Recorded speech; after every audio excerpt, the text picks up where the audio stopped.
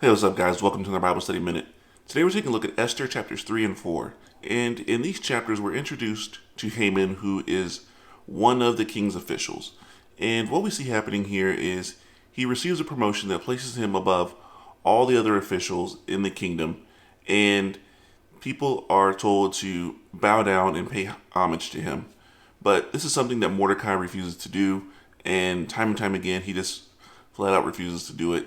And the other officials are like, all right, so what are we going to do about this? Because he can't be the only guy that's not going to bow down and pay homage to Haman.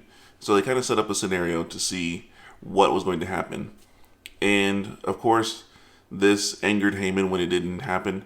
And he went to the king and tried to figure out something to do about it.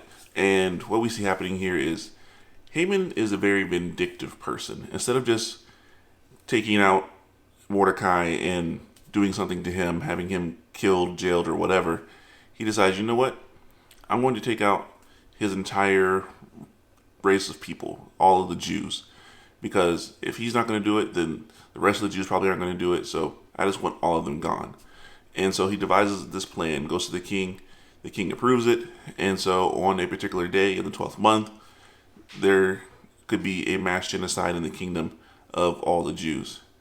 Mordecai receives word of this, and he tears his clothes and just laments and cries out to God to figure out what they're going to do, and all the other Jews in the kingdom do the same.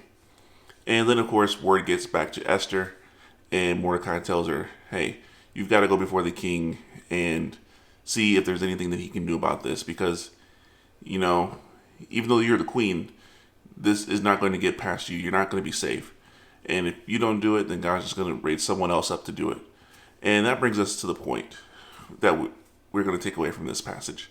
And that is that we can begin to see in this passage that this is why God raised up Esther to be queen over the kingdom of Persia.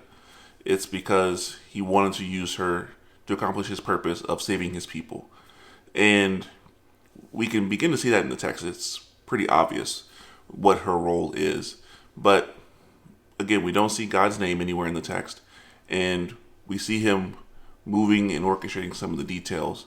But also just knowing that sometimes God places us in positions not necessarily for ourselves, but so that he can use the authority that we've been given in that position to accomplish his purposes and to bring about his glory. So that's what I want to leave you with today as you take a look at this passage, is to look and see where you are in life and the positions that God has put you in and how you can use that to accomplish his purpose. So that's all I have for now. Until next time, grace and peace.